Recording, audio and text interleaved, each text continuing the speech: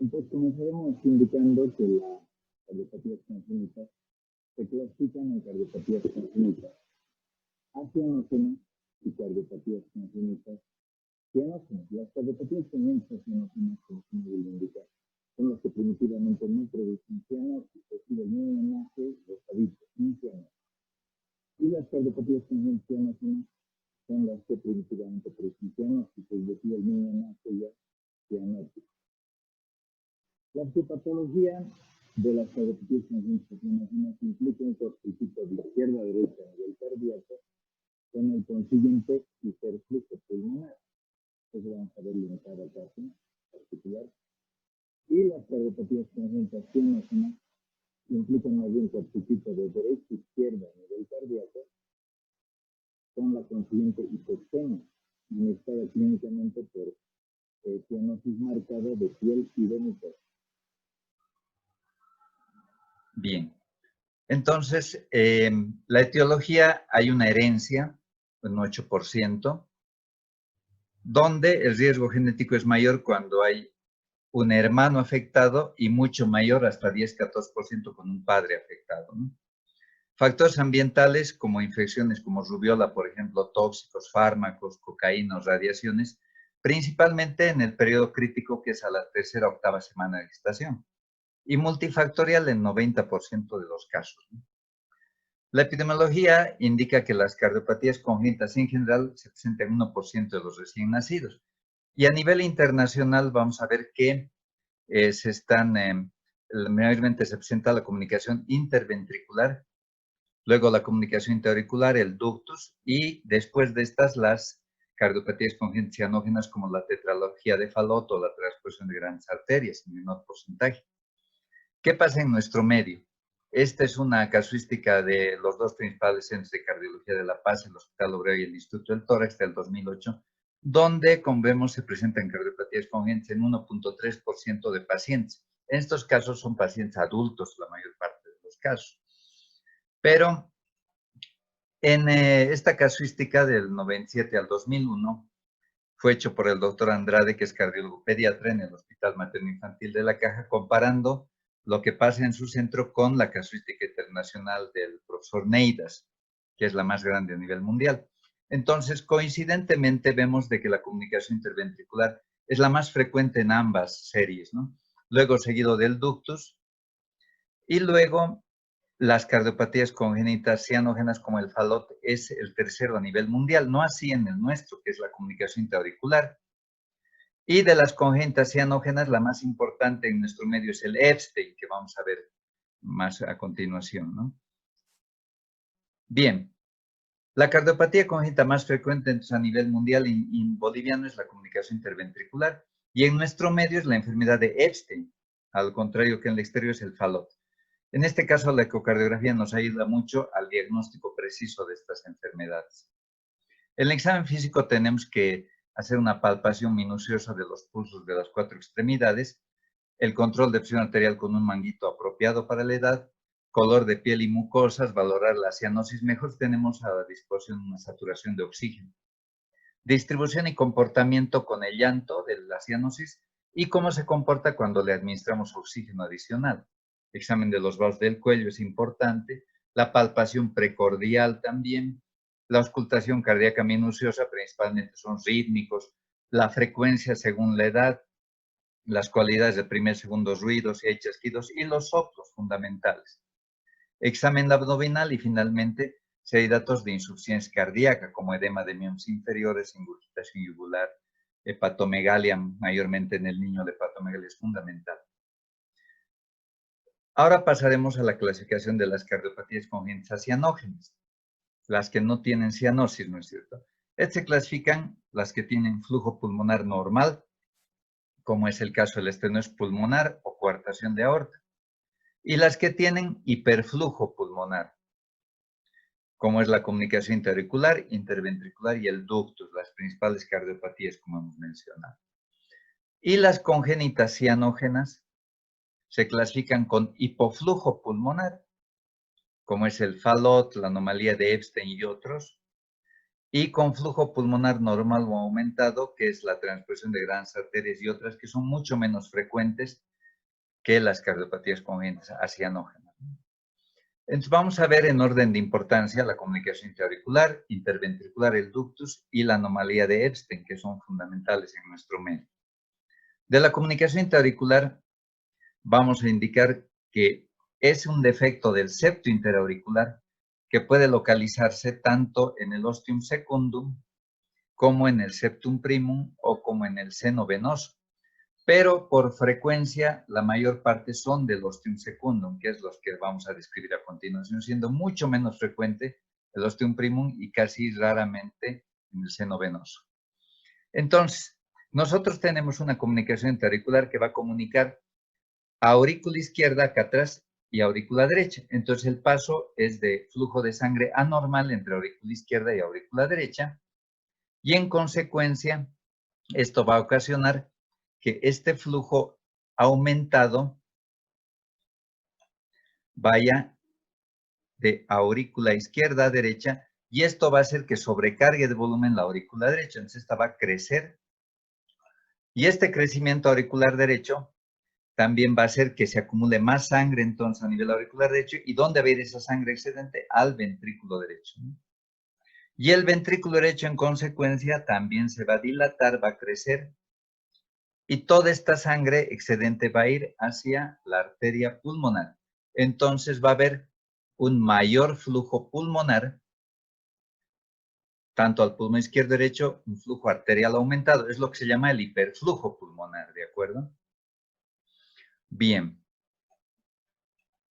Entonces, la comunicación intraauricular produce el cortocircuito de izquierda a derecha a nivel auricular. Confirmamos que sobrecarga el circuito pulmonar y de las cavidades derechas, aurícula derecha, ventrículo derecho. Y esto ocasiona cambios crónicos de la pared arterial pulmonar que va a llevar a la hipertensión arterial pulmonar. ¿Por qué? Porque el flujo aumentado va a sobrecargar este vaso que tiene un grosor normal, como podemos ver acá. Pero como este es un shunt de izquierda-derecha, un cortocircuito izquierda-derecha que va a sobrecargar durante años al niño, durante todo el crecimiento, inclusive quizás hasta en la adolescencia y adultez si no se le trata, esto va a ocasionar que haya un flujo aumentado. ¿Y cómo va a responder la arteria pulmonar? Tratando de hacer una vasoconstricción para limitar el flujo, ¿no? Pero la vasoconstricción está condicionada por los reflejos que son agudos. Para mantener esta vasoconstricción, digamos, en forma crónica, no le va a quedar otra a la arteria pulmonar que hipertrofiarse, en aumentar su grosor a expensas de aumento del músculo cardíaco y de fibrosis de la pared arterial, lo cual va a ocasionar hipertensión arterial pulmonar a largo plazo, que va a ser nefasta para el niño. Bien, entonces tenemos la clínica, que en este caso va a representar eso. Pero la mayoría de las comunicaciones auriculares son asintomáticas durante la niñez. A veces se descubren solo por casualidad, inclusive en la adolescencia, y a veces hemos tenido pacientes inclusive que se han encontrado a los 62, 70 años, ¿no? Ya muy tardíamente. Entonces, como hay un flujo aumentado a nivel pulmonar, este hiperflujo ocasiona un aumento de infecciones respiratorias. Y esto va a ser uno de los datos más importantes porque cuando la mamá lo trae al niño indicando que su hijo tiene frecuentes casos de bronquitis, con tos, con expectoración, puede que haya un fondo de una cardiopatía congénita cianógena. ¿Cómo lo descubrimos? ¿Cómo lo descubrimos? Auscultando. Si hay soplos, hay algún hallazgo anormal, vamos a encontrar la causa.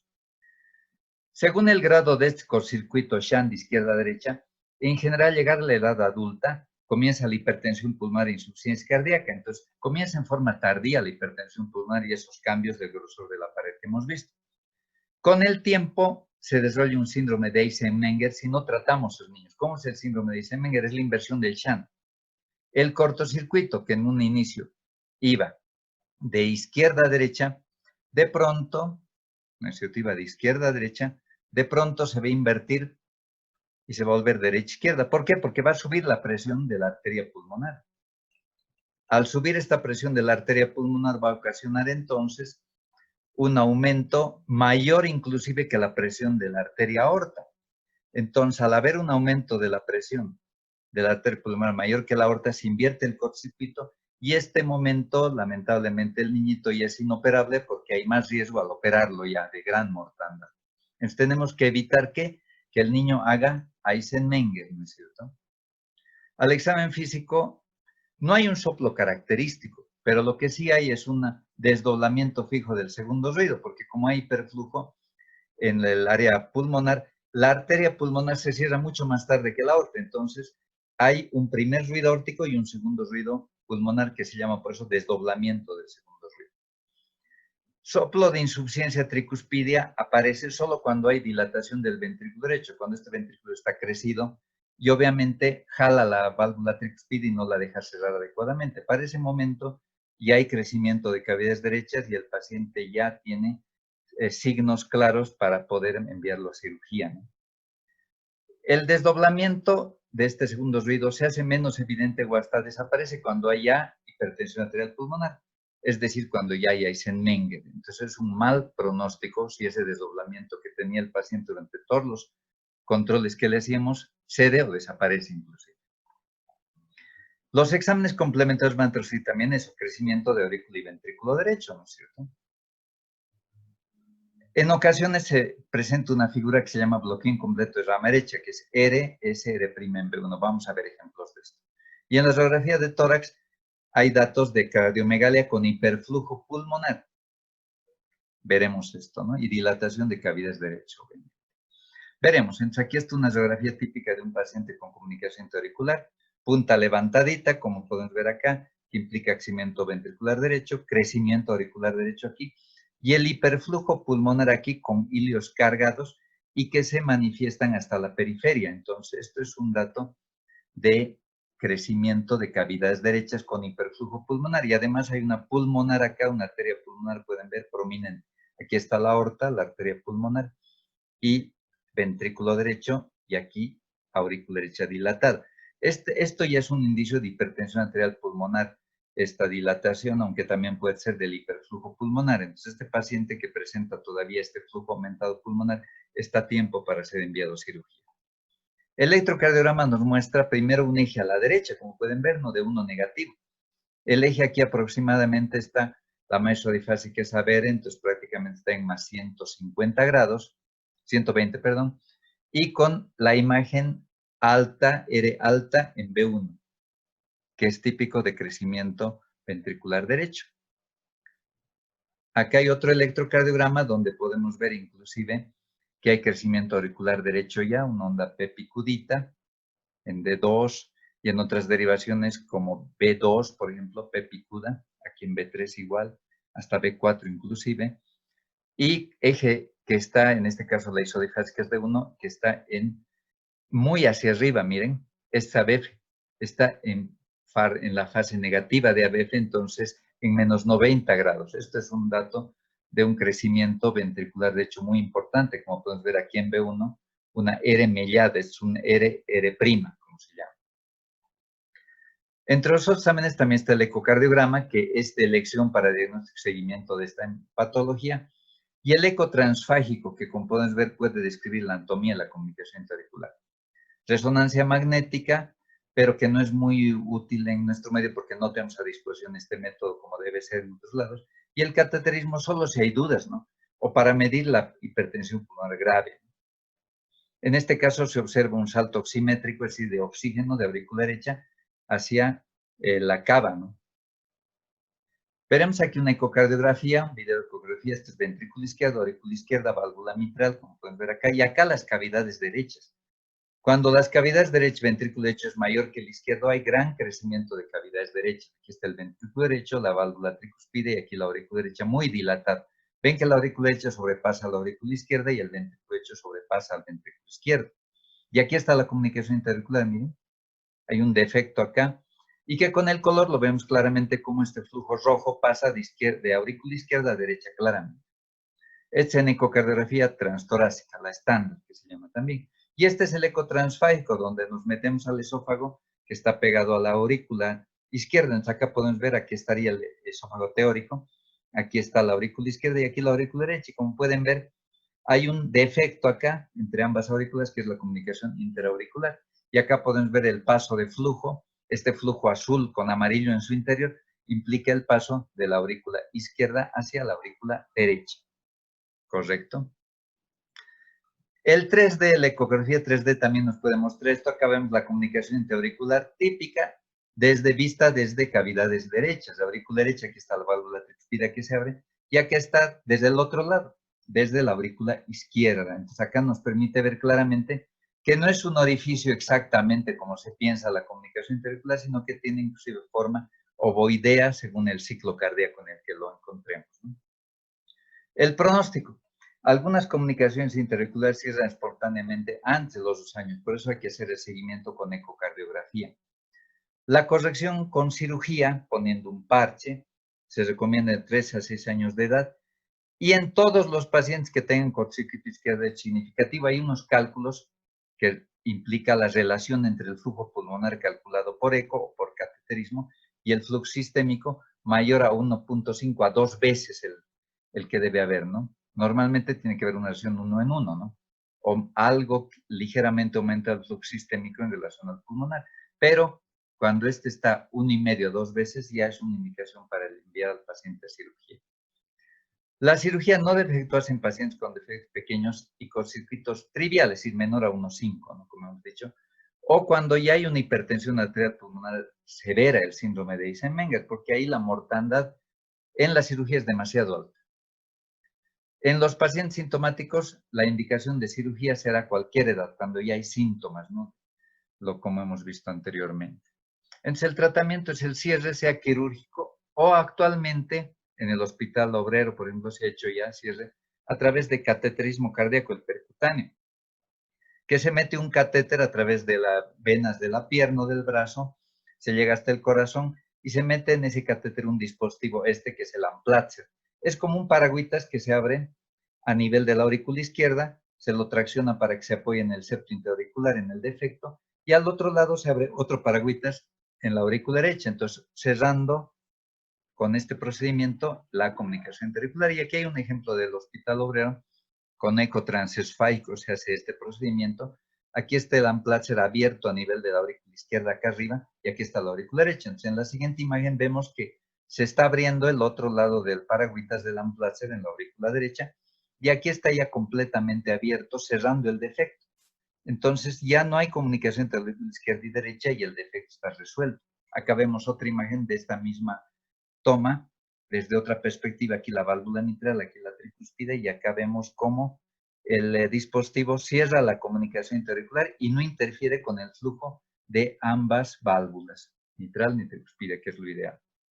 Bien, pasemos a la comunicación interventricular, que es la presencia de un defecto en el septo interventricular, ¿no? Que comunica ambos ventrículos, izquierdo y derecho, y el defecto generalmente es único, pero puede ser múltiple también, y puede ser aislado o formando parte de otras enfermedades, otras cardiopatías complejas como el Fallot.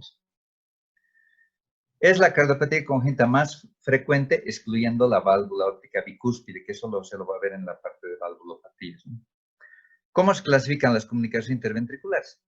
Perimembranosas, no se olviden que el septo interventricular tiene una parte membranosa y otra parte muscular. Entonces, esa es la clasificación grande. Perimembranosas y musculares, que pueden ser en cualquier lado del tabique muscular. Las más frecuentes del son las perimembranosas, y algunas de estas comprometen también la porción subaórtica o subpulmonar. Esas son menos frecuentes que las perimembranosas. ¿Cómo es la fisiopatología? En los defectos pequeños no hay repercusión. Ya vamos a ver por qué. En los grandes hay cortocircuito de ventrículo izquierdo a derecho de alta presión, que también origina hiperflujo pulmonar. ¿Por qué? Porque acá tenemos la comunicación interventricular. Entonces, la sangre va a ir del lugar de mayor presión, que es ventrículo izquierdo, al ventrículo derecho, que tiene menor presión, ¿no es cierto? Entonces, este ventrículo derecho va a recibir un flujo extra de sangre y se va a dilatar, ¿no es cierto?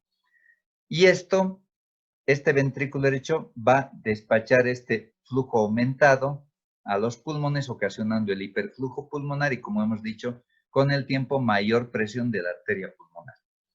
Esto a su vez va a volver a aurícula izquierda y a ventrículo izquierdo, que también se va a dilatar. Entonces, hay dilatación de ventrículo derecho y de ventrículo izquierdo. Dilatación biventricular, como se llama. ¿De acuerdo? Bien. Entonces, la clínica, ¿cuál va a ser? La clínica va a ser de que en las comunicaciones interventriculares más pequeñas hay un soplo pansistólico o holosistólico. ¿Por qué? Porque hay mayor presión en el ventrículo izquierdo y al pasar por la comunicación interventricular derecho va a soplar, ¿no es cierto? De alta frecuencia, soplante, típico soplo largo del primer que cubre entre el primer ruido y el segundo ruido, auscultándose mejor en la región paraesternal izquierda o derecha. En las comunicaciones interventricular grandes, la clínica es por hiperflujo pulmonar. Entonces, hay infecciones broncopulmonares frecuentes y también puede originar insuficiencia cardíaca por fallo del ventrículo derecho ya en la primera infancia, ¿no? Cuando es grande la comunicación. El soplo es independientemente del tamaño. Puede ser intenso en las comunicaciones interventriculares pequeñas porque hay un orificio estrecho, ¿no? Y puede desaparecer en el síndrome de Eisenmenger porque has invertido el shunt y hay hipertensión pulmonar inoperable, como hemos dicho, igual que en la comunicación intraauricular. La radiografía nos muestra cardiomegalia con hiperflujo pulmonar. El electrocardiograma, crecimiento biventricular y de aurícula izquierda, como hemos mencionado. La eco ya nos da la magnitud y el cateterismo cardíaco también muestra salto oximétrico en ventrículo derecho, pero que cada vez menos utilizado a favor del eco, ¿no? Aquí está una comunicación interventricular en un niñito de 10 años donde hay crecimiento del ventrículo derecho. Miren la punta levantada, crecimiento ventricular derecho, pero también el izquierdo y acá no se llega a visualizar claramente por ahí, pero flujo pulmonar, como podemos ver. Hilios muy congestivos con flujo arterial muy aumentado en ambos pulmones.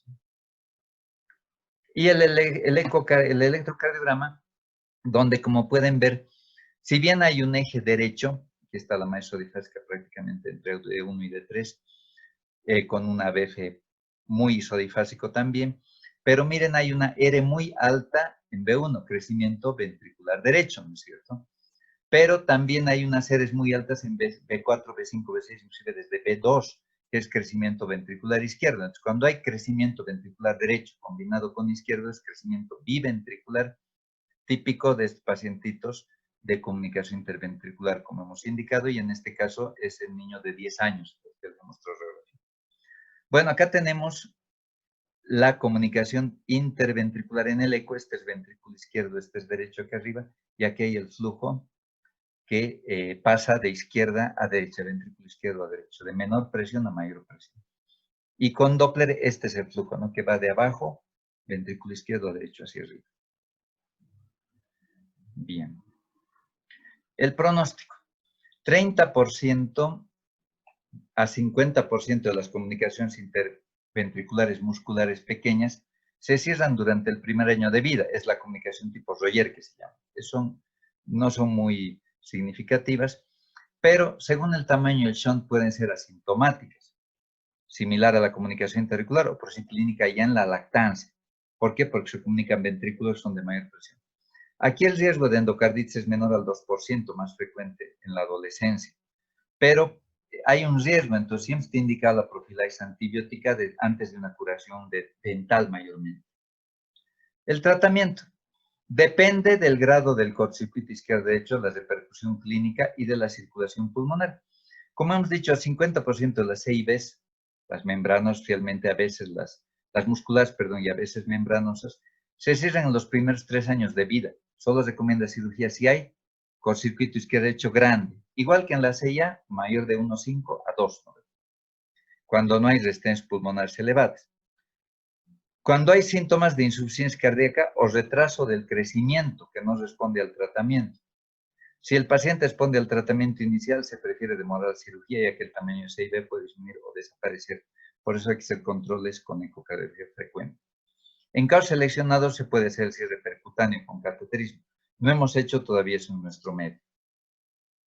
Pasemos a la ductus, pestencia conducto arterioso, que es la comunicación entre la aorta y la arteria pulmonar, miren. No se olviden que el ductus es un remanente embriológico que debe cerrarse cuando nacemos, pero en un porcentaje determinado no se llega a cerrar y se ha visto que en la altura es más frecuente esta situación que permanezca abierto. Entonces, prácticamente es una patología que tiene gran predominio en la altura y un trabajo que ha hecho el doctor Ramiro Menacho, cardiólogo del Hospital Obrero, ha demostrado que los ductos en la altura son más gruesos que los que se producen a nivel del mar. Bien, la epidemiología entonces más frecuente en niñas y se asocia a la infección materna por rubiola en el primer trimestre de embarazo, esto a nivel general, ¿no? En nuestro medio, ya hemos dicho, puede ser por la altura mayormente. Puede presentarse de forma aislada o combinada con unos defectos, como por ejemplo coartación de aorta, válvula aorta bicúspide, como esta, comunicación interventricular, y este no es pulmonar. O sea, hay que hacer un examen minucioso y principalmente de eco. Entonces hay un cortocircuito de aorta arteria pulmonar, con el consiguiente hiperflujo pulmonar y sobrecarga de cavidades izquierdas. Veremos entonces cómo ocurre en este caso. Aquí está la aorta, que tiene mayor presión, y la arteria pulmonar menor presión. Aproximadamente 100 milímetros de mercurio versus 25, ¿no es cierto? Entonces, la sangre va a ir de mayor presión de la aorta hacia la arteria pulmonar. Y esto va a hacer que haya mayor flujo por las arterias pulmonares, ¿no es cierto? Y esto va a sobrecargar, va a ser el hiperflujo pulmonar, y esto va a desembocar en las venas pulmonares a nivel de la aurícula izquierda, que se va a dilatar, ¿de acuerdo? Y este flujo aumentado en la aurícula izquierda va a ir hacia el ventrículo izquierdo, que también se va a dilatar, el hiperflujo de aurícula izquierda y ventrículo izquierdo, que se van a dilatar las dos cavidades izquierdas, aurícula y ventrículo del lado izquierdo, ¿de acuerdo? Eso es lo que va a ocasionar entonces con el hiperflujo pulmonar respectivo, ¿no? Bien, entonces, al examen físico, los signos, síntomas dependen del tamaño, ¿no? Pero el pulso generalmente es saltón, similar al que se encuentra en la insuficiencia aórtica, ¿no? Por el hiperflujo que ocasiona. El soplo continuo, que se llama también en maquinario de Gibson, porque es sistodiastólico este soplo, por eso es continuo. Lo escuchamos tanto en sístole y en diástole. Más auscultable en foco pulmonar, que se irradia región infraclavicular izquierda. Es un soplo muy característico, por eso se llama en maquinaria, porque simula un sonido de una máquina entre el corazón, algo así como... Entonces, esa es la característica principal de este soplo. Evidentemente, en estos casos, como hay hiperflujo, también a la larga va a llegar a la hipertensión arterial pulmonar, dependiendo del tamaño del ductus, más antes en algunos y más tarde en los que tengan ductus más pequeños. Y también puede invertirse el cortocircuito y ocasionar cianosis diferencial, pero en general esto lleva a la Eisenmenger, como hemos visto, que es la hipertensión arterial pulmonar, ¿no? Por inversión del shunt. Entonces, electrocardiograma nos va a mostrar crecimiento de aurícula y ventrículo izquierdo, como hemos dicho. La radiografía también lo mismo con el hiperflujo pulmonar, y el eco nos va a dar el diagnóstico junto con la resonancia, ¿no? Entonces, veremos. Aquí está una radiografía típica con un ventrículo izquierdo hacia abajo y un hiperflujo pulmonar, como pueden ver. Es de un paciente de 5 años aproximadamente. Hay de un paciente mucho mayor, que en este caso ya ha hecho punta de zapato en la silueta cardíaca, que esto ya es crecimiento ventricular derecho. Y miren que ya no hay el hiperflujo pulmonar.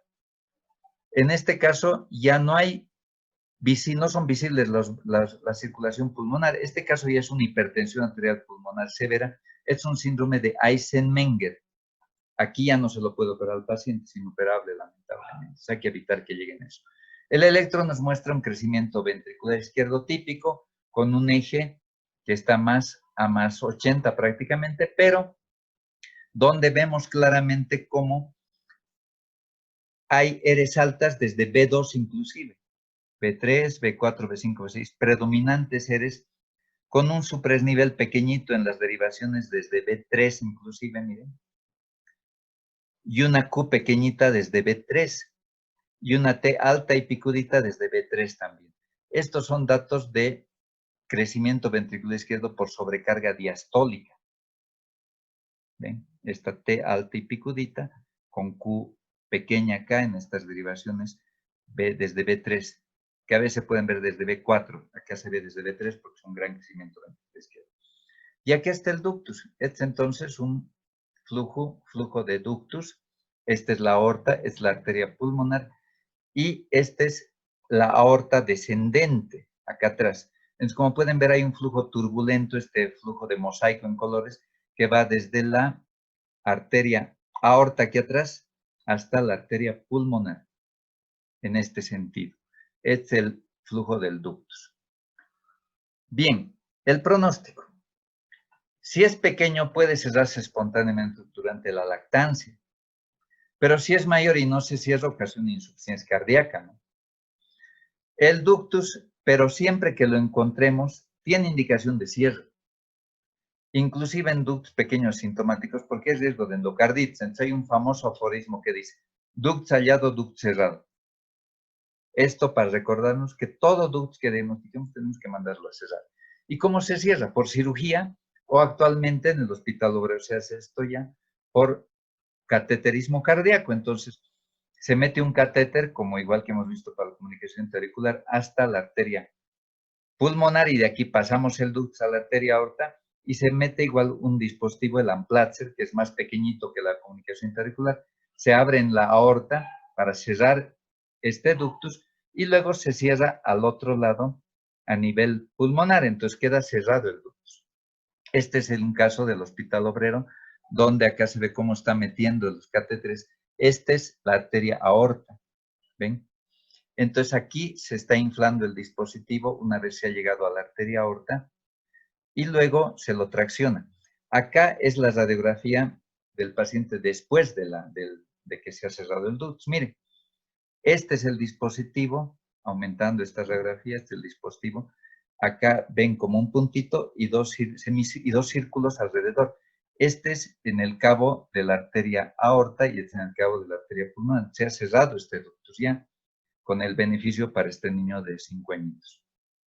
Bien, veremos para terminar la enfermedad de Epstein, que como han dicho es una cardiopatía congénita cianógena y que es la más frecuente en nuestro medio de altura. Aparentemente altura tiene mucho que ver en la génesis de esta patología, que en el exterior es muy rara, que es más frecuente la tetralogía de Fallot. En nuestro caso vemos inclusive Epstein en adultos. Entonces, ¿qué es? Aquí está, bueno, la descripción hecha por 1864 por Wilhelm Epstein, un alemán, que es el que primero descubrió esto en autopsias de pacientes fallecidos cianóticos, ¿no? Con insuficiencia cardíaca habían muerto. Entonces, ¿qué es? Es un adosamiento anormal y desplazamiento de la válvula tricuspide, es el defecto principal, la válvula tricuspide, hacia el ventrículo derecho. Esta válvula tricuspide no está en el anillo tricuspidio que es acá arriba, sino que por la malformación congénita que presenta no llega nunca a despegarse de la pared ventricular derecha y llega a quedar un tejido largo adosado a la pared ventricular, entonces que no cierra adecuadamente. Además de eso hay bridas, las flechitas azules, bridas adherenciales que impiden que esta válvula se separe de la pared ventricular. Ese es el principal defecto, una válvula congénitamente enferma, ¿no?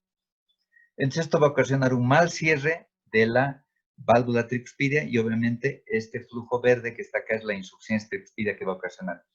Entonces, aquí se generan tres cavidades ventriculares, tres cavidades derechas, la aurícula derecha propiamente dicha, el ventrículo derecho propiamente dicho, que a partir de aquí se llama ventrículo derecho funcional, porque es el que funciona como ventrículo derecho, y esta parte del ventrículo derecho que está por encima de la tricúspide, ¿no? Mal formada. Entonces, esta parte ya no funciona como ventrículo derecho.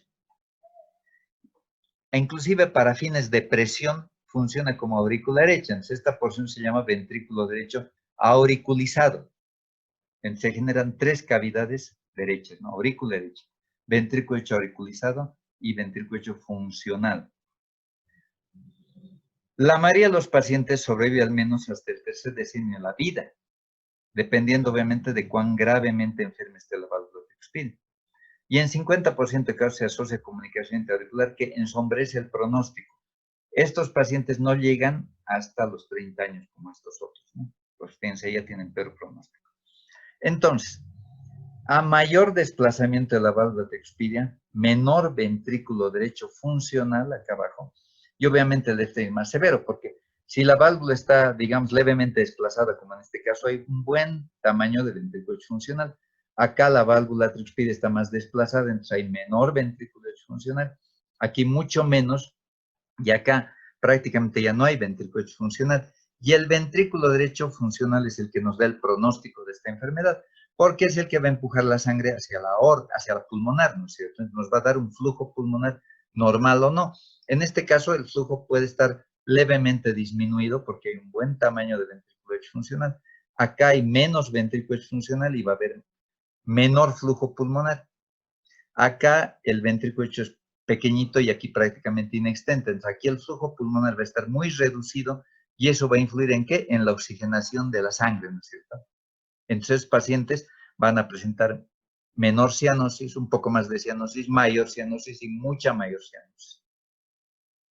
Entonces la fisiopatología, mientras más severa es la insuficiencia tricuspidea por el daño valvular, hay mayor sobrecarga del volumen derecho funcional y de la aurícula derecha.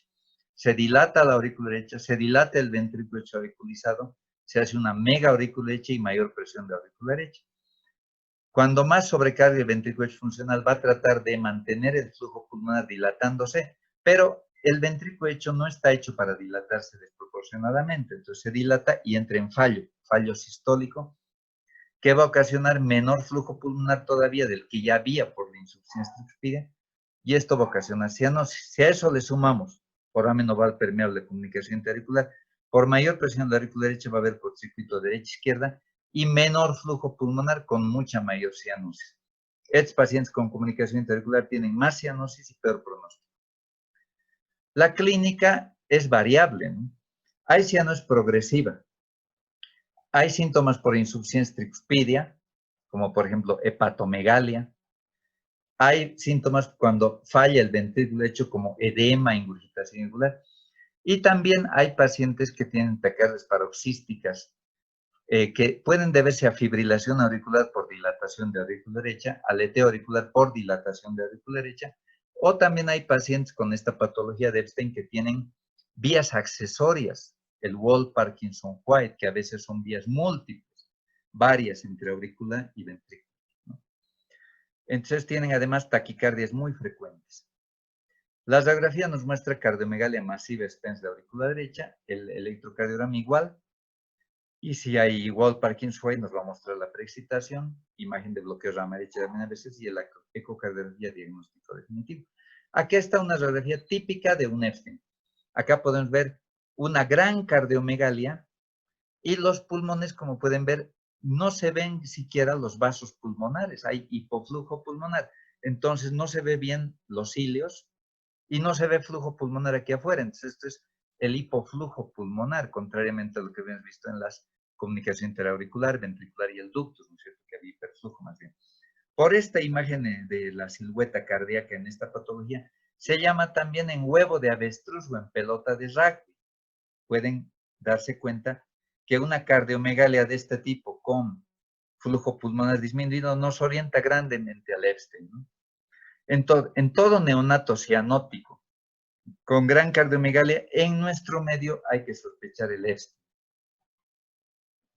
El electrocardiograma nos muestra bloqueo de rama derecha, como pueden ver aquí, R alta y mellada en B1, ¿no? Con eje ambiguo aquí porque hay varias isodifásicas, es un eje indeterminado, como se llama, pero es lo que nos orienta más que puede haber un crecimiento ventricular derecho de la parte funcional en este caso, ¿no? Y alteración del trastorno de la rama derecha.